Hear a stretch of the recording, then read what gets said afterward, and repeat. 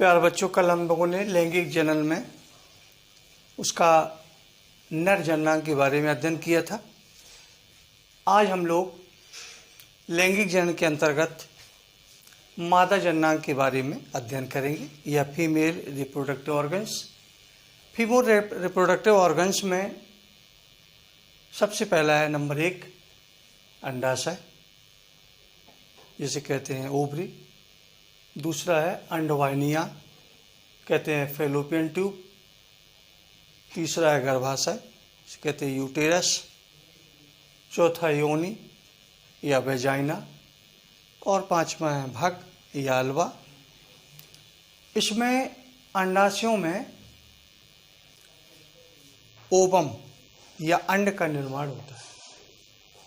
अंड का निर्माण होने के पश्चात मासिक धर्म के 14वें दिन बाद वो ओवम या अंडे अंडवाहिनियों में पहुंच जाते हैं, और अंडवाहिनियों में पहुंचने के पश्चात वहाँ पर स्पर्म या शुक्राणुओं का इंतजार करते हैं। इंतजार करने के पश्चात यदि उसी समय अंडाणुओं को स्पर्म या शुक्राणु प्राप्त हो जाते हैं, मिल जाते हैं, तो निषेचन की क्रिया संपन्न हो जाती है।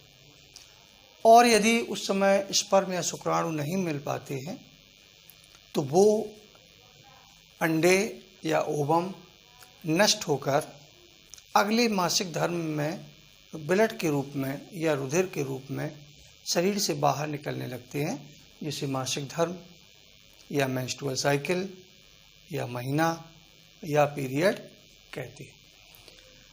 यदि फर्टिलाइजेशन की क्रिया हो जाती है तो निषेचन की क्रिया या फर्टिलाइजेशन की क्रिया अंडवाहिनी में होती है, और निषेचन के पश्चात यूटेरस या गर्भाशय में गर्भ ठहर जाता है।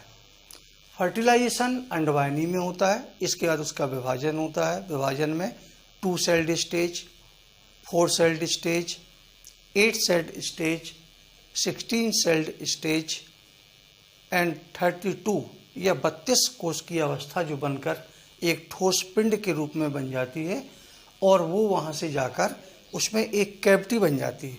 इस कैविटी को कहा जाता है ब्लास्टोसील।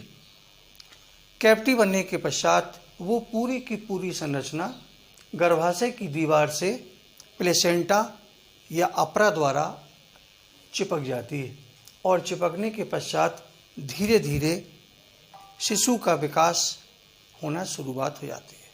और जैसे ही गर्भावस्था की अवधि पूरी होती है, नए शिशु का निर्माण हो जाता है। इसके बाद मादा जननांग के पश्चात कुछ सहायक जनन ग्रंथियां भी होती हैं जो कि सेक्सुअल रिप्रोडक्शन में भाग लेती हैं, जैसे नंबर 1 बार्थोलिन ग्रंथियां, पेरिनियल ग्रंथियां और स्तन ग्रंथियां, या जिसे मैमेरी ग्लैंड भी कहते हैं।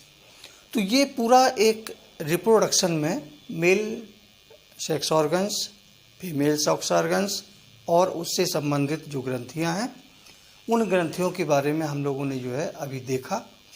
और कल हमने मेल रिप्रोडक्टिव पार्ट्स के कुछ फिगर और उसकी कुछ थ्योरी व्हाट्सएप ग्रुप में भेज दी। शेष आज का जो मादा जननांग का पार्ट है, इसके कुछ फिगर हैं और कुछ थ्योरी है, वो हम जो है उसकी व्हाट्सएप ग्रुप में डाल देंगे, जिससे ताकि आप लोग जो है उसको देख सकें और देखने के बाद अध्ययन करें। और जो भी दिक्कत हो हमें व्हाट्सएप में क्वेश्चन जो है वहाँ से भेजें, हम उसका जवाब तुरंत जो है देंगे। इसके साथ साथ जब फर्टिलाइजेशन के पश्चात जाइगोट बन जाता है और उस जाइगोट का विभाजन होता है, विभाजन के बाद जो भ्रूण बनता है, तो इसमें से एक क्वेश्चन जो इम्पोर्टेंट है, बहुत ही पूछा जाता है क्वेश्चन हमेशा, कि मानव में भ्रूणी अवस्था का सचित्र वर्णन कीजिए।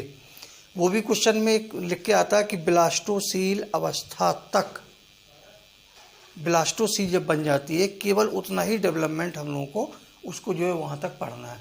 तो उसको हम जो है फिगर के माध्यम से कल अपने नेक्स्ट क्लास में उसको समझाएंगे, और समझाने के पश्चात उसकी थ्योरी प्लस उसके फिगर जो है आप लोगों को व्हाट्सएप ग्रुप में भेज देंगे। तो आज के लिए बस इतना है, इतना पढ़ें, और कोई प्रॉब्लम है तो हमसे क्वेश्चन पुट अप करें। Thank you.